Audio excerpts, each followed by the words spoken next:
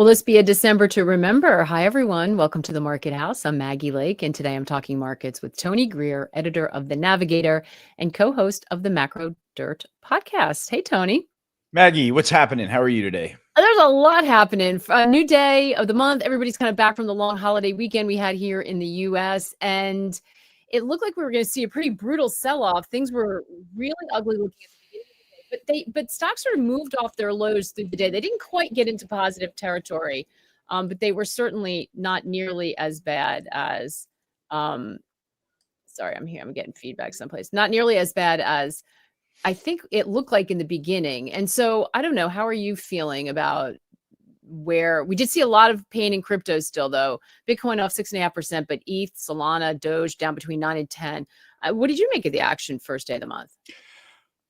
Well, I got to say, I'm not really hanging the market view on today of the first day of the month. I'm still kind of looking back on what happened in November, and it's really relevant to me what went on where, we saw this massive de-risking and de-levering in Bitcoin, 36% correction from peak to trough. We had the S&P down 5% at one point on the month, and retail plowed $900 billion into the stock market.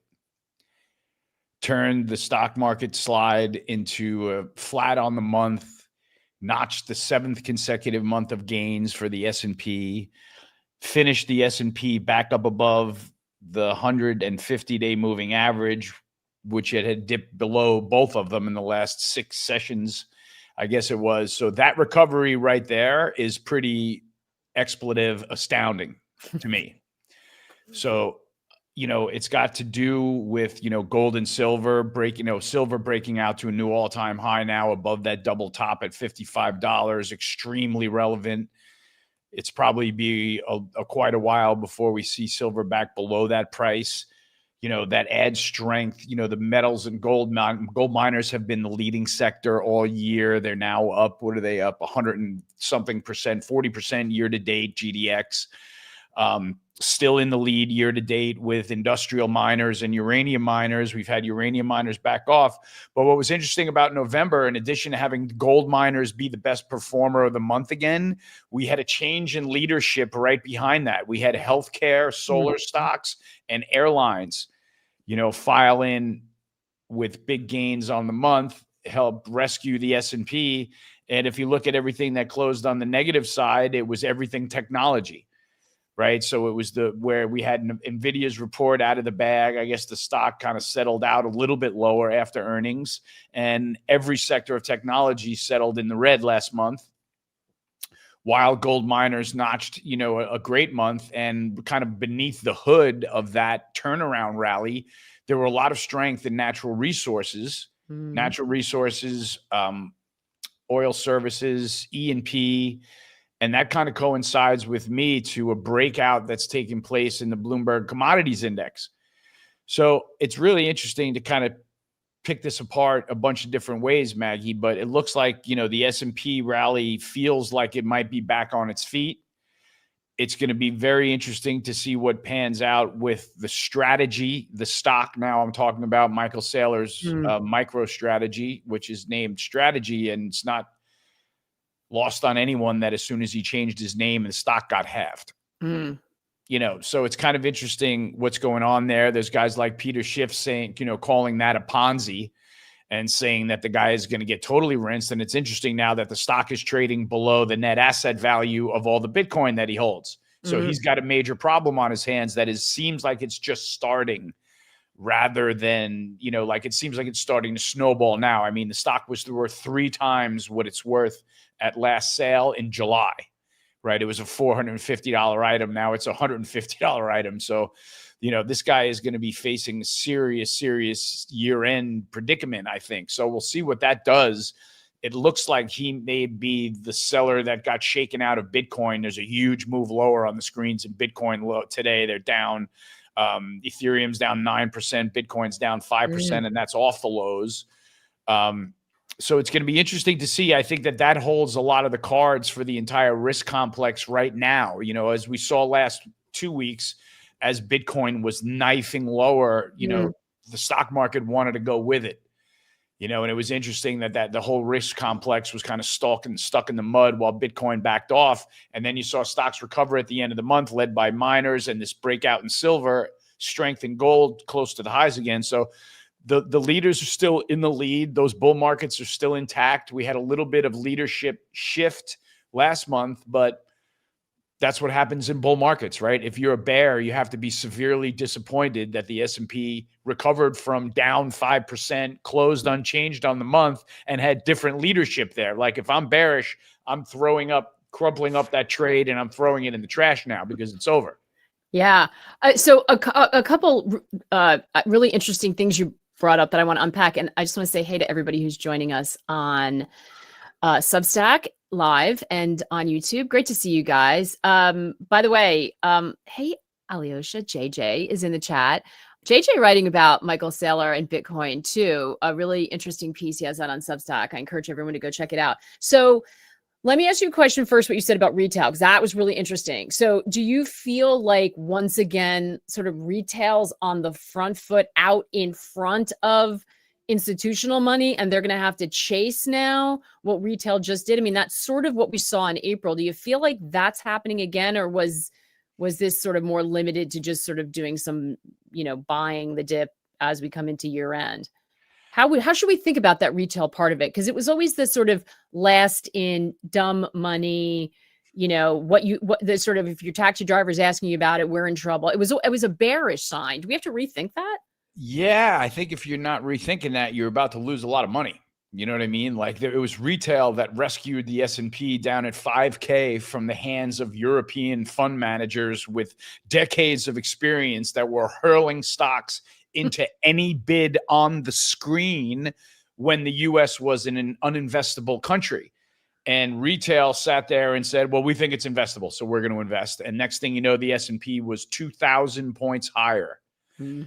So now we've got retail plowing in, 900 bill dog in a month where Bitcoin collapsed. It looks like a lot of that money probably went from Bitcoin ETFs back into stocks, right? That might have been some institutions that said, you know what, this is a little too volatile. We didn't expect 30, 35%. Let's get out of this and get back into the S&P. You can make a case that flows like that took place, or else why else did the S&P balance? So in terms of retail, I don't think that they're really a fadeable player in this market anymore. Rather, there's somebody that's soaking up a lot of selling. And it feels to me like this is, another dynamic that you see in bull markets. And, the way I'm looking into December is that we have a lot of slingshot momentum from November. It would be shocking to me if we, come flying off the lows in November and then go right back down and visit them in December. It wouldn't make sense, because I think that the retail buyer is still lurking. And if he doesn't get a dip, maybe he doesn't chase. But all I could say is that those flows are relevant and not necessarily fadeable. I like that. So what when we're looking at Bitcoin, there was a period, and you're right, stocks, it was sort of unnerving everyone. And if I'm hearing you correctly, and tell me if I'm not getting this right. Some people are kind of looking past the Bitcoin. Stocks can rally even if Bitcoin's going down. I mean, we see a stabilization. Stocks were not off nearly as much as Bitcoin. Maybe retail made a move or just looking for opportunity in stock, not terribly concerned about Bitcoin right now. So it's not like Bitcoin dictates the whole stock market. But if Saylor, if these sort of companies that came up with the same strategy, and I find the name confusing when I see it, and it made more sense to me the other way around. I was able to distinguish what people are talking about. But if that runs into trouble in any way, does that spill over? I mean, is that a problem for the whole market? Bitcoin for sure, right? Like Bitcoin's now down 5% on the year, right? So if you look at it in that lens, and in the fact that it's down, 25, 30% off the highs, there's definitely a big change of ownership taking hands. Obviously, with the fact that the sell-off started with a $9 billion sale of Bitcoin, that everybody kind of thought that the Bitcoin bulls up above 100K thought the market was going to absorb right away. So they stuck bids in while the market was still digesting it. And then the market promptly threw it up down to 80K, if I may use that term. But the market hadn't digested that $9 billion crypto whale sale that took place. And what I find really interesting about that is, as you know, Maggie, they can trace the buyers and sellers of crypto. And this $9 billion sale from several weeks ago was, and they call it an OG whale, right? A Bitcoin OG. So an original gangster whale. And the reason I think that that's so important and totally not discounted enough by the market is that we were supposed to be in this security for the $1 million per Bitcoin print, right? All of a sudden you have a guy that's looking at his portfolio and saying, you know what? Why don't I take $9 billion of Bitcoin off the table? Yeah. This is unthinkable. Why all of a sudden is the diamond hand, laser-eyed people of Bitcoin selling Bitcoin? And now all of a sudden, everybody in the Bitcoin markets is saying, oh, well, what would you do if you had a Bitcoin exposure that big? Wouldn't you take $9 billion off the table? And my response would be, yeah, but I'm not the guy that said I was holding it forever in the first place. You guys were, right? So that, to me, as you turn the psychology of one hodler into, you know what, I'm back to being a trader here. Let's go back to there's nothing new under the sun and we're going to trade this. That changes the complexion of this security entirely. So, I bought the dip down to 82K. I had a bid sitting there like a sitting duck waiting. I got hit at 82K. We were 15%, 10% in the money by the time I got my fill. And now it's right back almost to the price that I bought it at.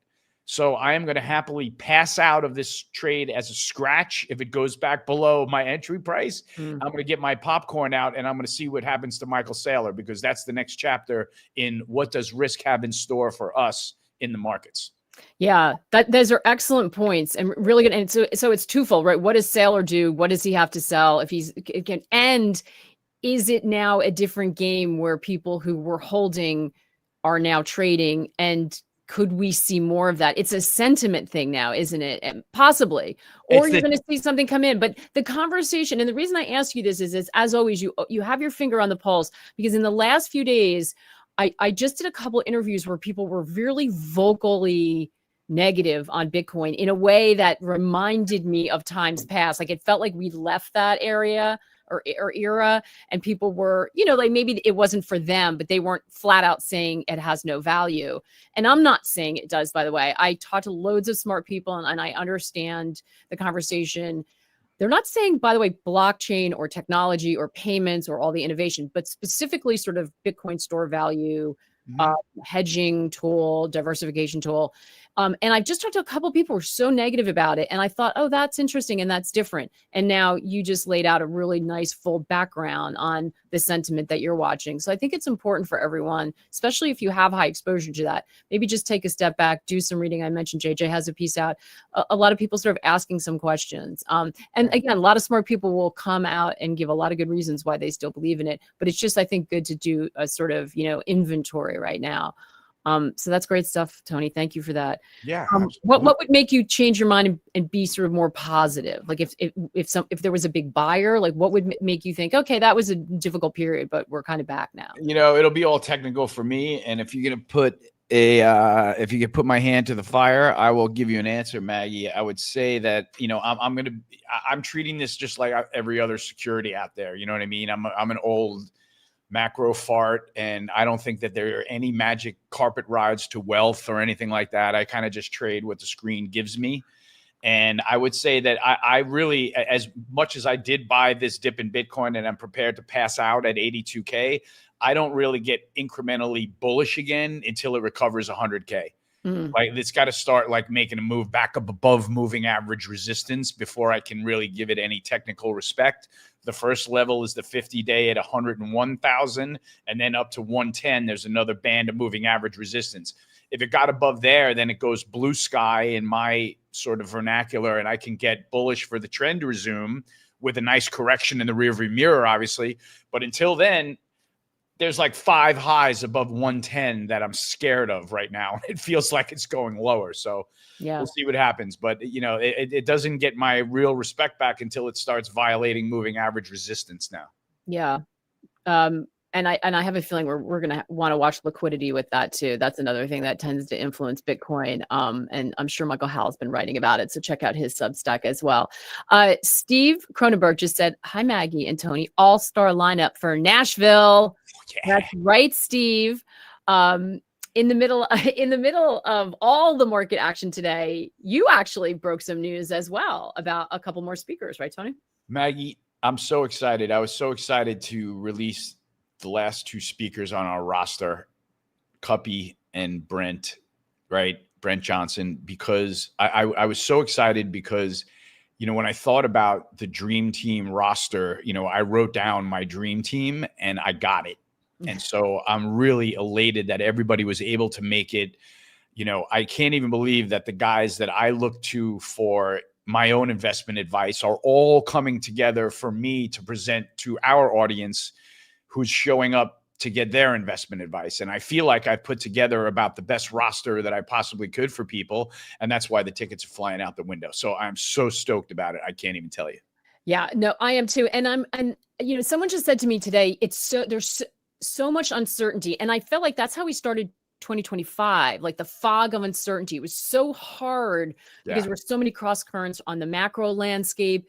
You throw in sort of political influence on markets now and stuff. And all the way through the end of this year, we're facing the exact same thing. I just interviewed someone today who just said because it's not just, there's always uncertainty, but we're talking about massive regime change or the possibility for multiple regime changes, and there's lags. And so it's really hard. Even folks who've been doing this for years, it's really hard. So I'm so excited to get their thoughts early in the year about what they're seeing, because these are people I feel like sort of look far out, look around corners. That's how they've made their money. And I'm really interested to hear what they say.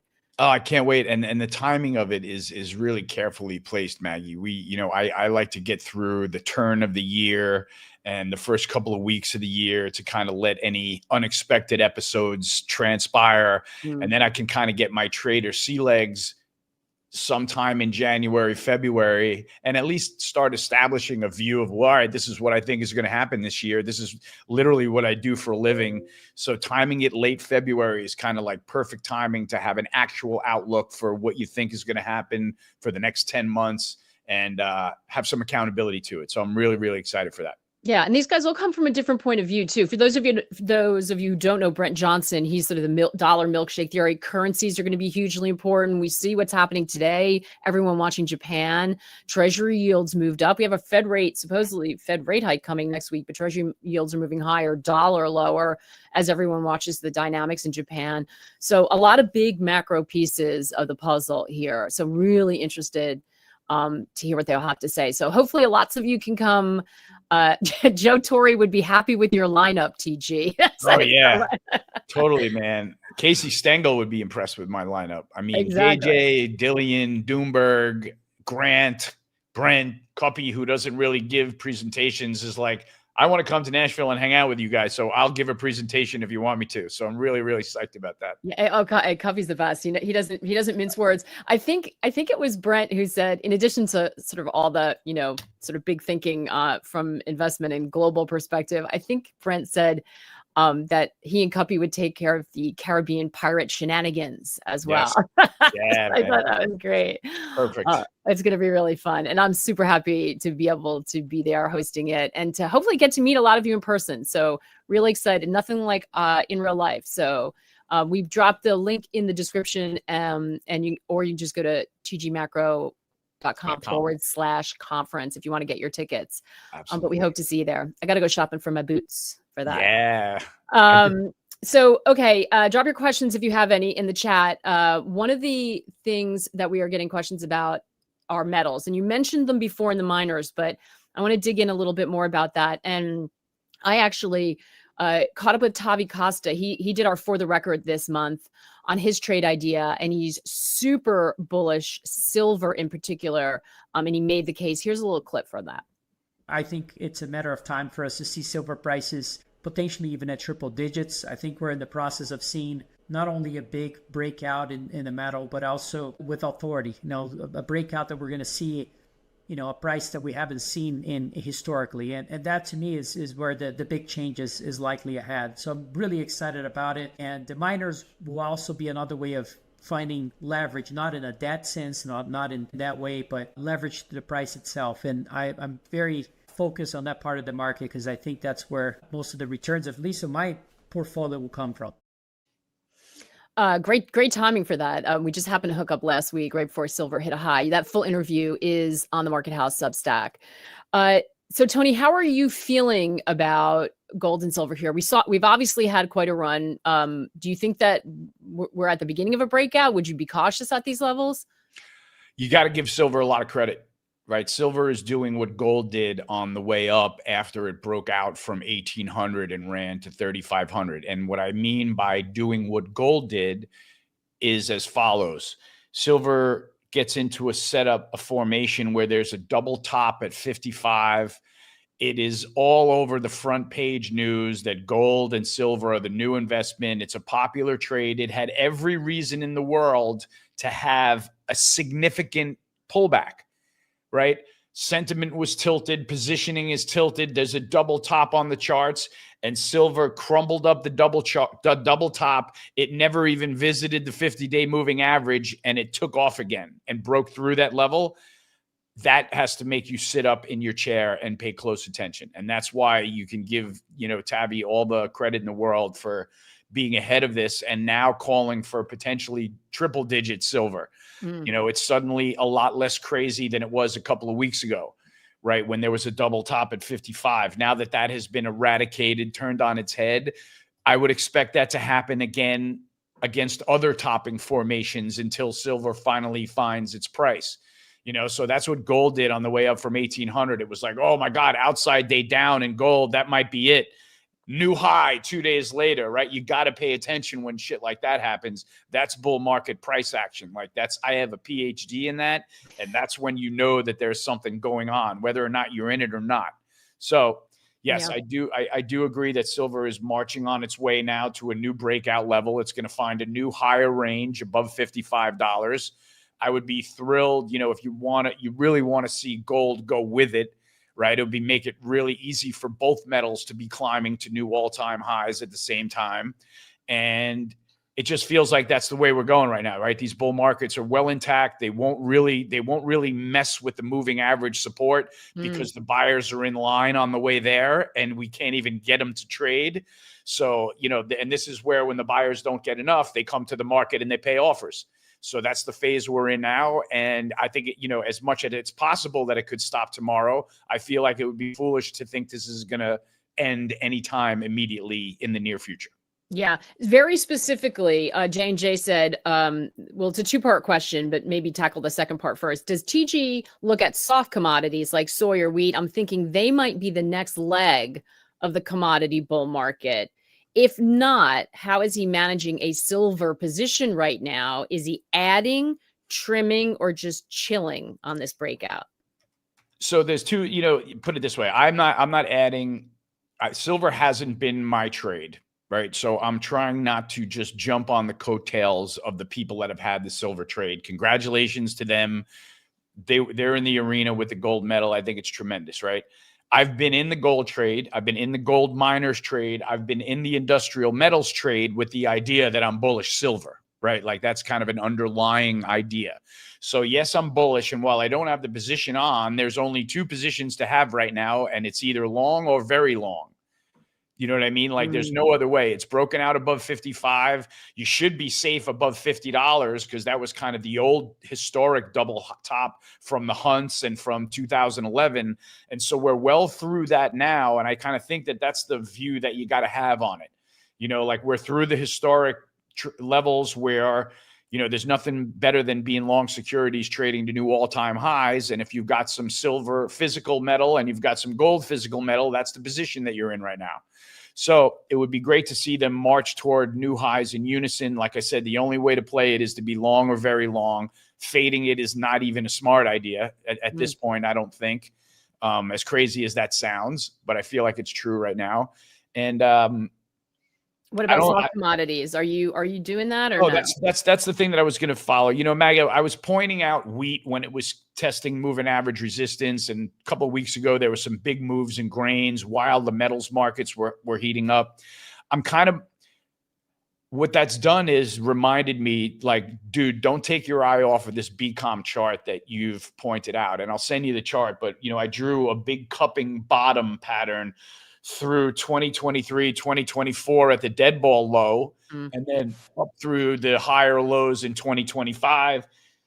And now we're breaking out of the flat top. So that to me is like a really long 3-year consolidation that commodities in general are breaking out from. Obviously led by metals, but we're getting participation a little bit in copper. We're getting WTI crude oil holding this level and not plunging any lower for now. So yeah, if the grains are going to go, like, that wouldn't surprise me as another component of the commodity complex. I'm not close enough to figure out where to make money other than just being long wheat and corn, and that's not really a trade that I'm comfortable with.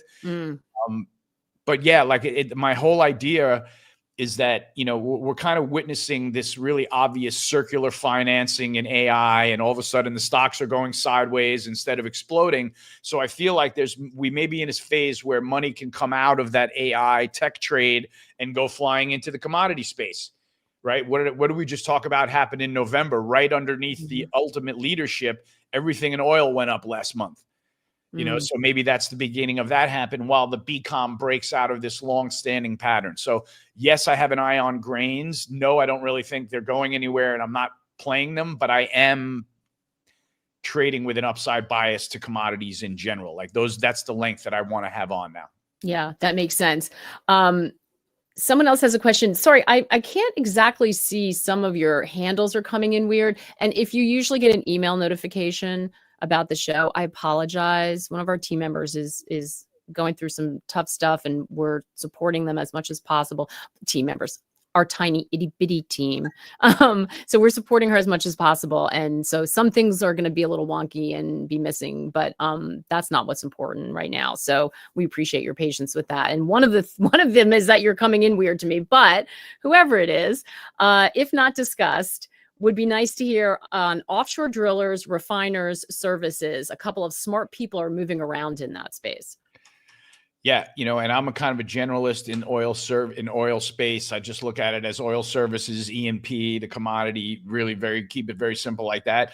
Oil services has been an undeniable beeline off the lows from earlier this year, right? We've traded from 200 up to 300 in OIH. We had a beautiful blue sky breakout over the summer where it slowly grinded back up through the moving averages. And now it looks like it's resuming a bull trend. So it would make total sense for me. I mean, as we know, like in terms of valuation, E&P is about the cheapest sector in the market, I think now, next to cannabis. So it's probably lining up that, you know, this long-standing money has not left the space, and we're seeing new investment in the space because the stocks are cheap, the commodity's not going down. It makes sense to me that they're rallying. So in terms of I'm always remember you talking about, you know, performance chasing is real, right? Like that's something that comes into play here at the end of the year. Does it seem like we're talking about rotation, right? Which we haven't in a while. And every time people look for that, all of a sudden sort of Mag 7 comes storming back. Does it feel like that is different this December? Or if people are like, I got to jump on it, we might see a rebound in tech too. Can't rule it out. Big tech is one of the things that's down this year. On my year-to-date list, I have a big tech index, which is basically Mag 7 plus 3 other stocks that I included, and it's down 13% year-to-date. Wow. Right?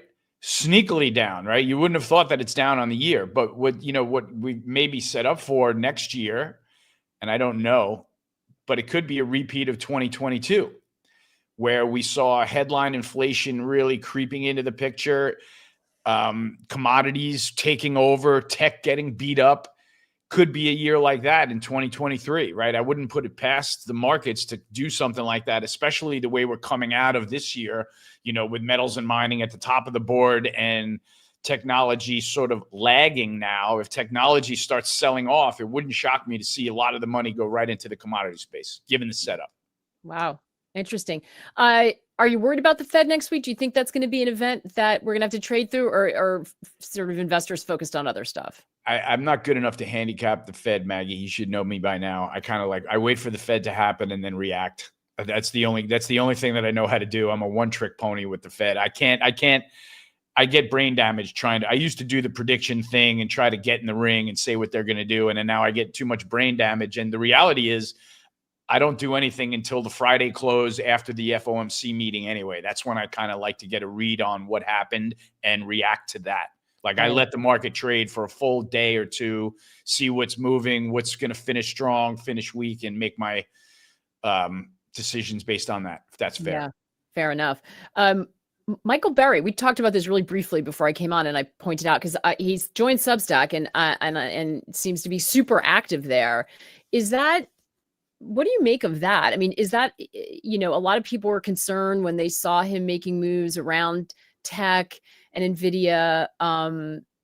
Do you think that means anything, or how are you viewing that? I mean, he's a big name, but I don't know what your thoughts are on that. Is he? Who is Michael Burry?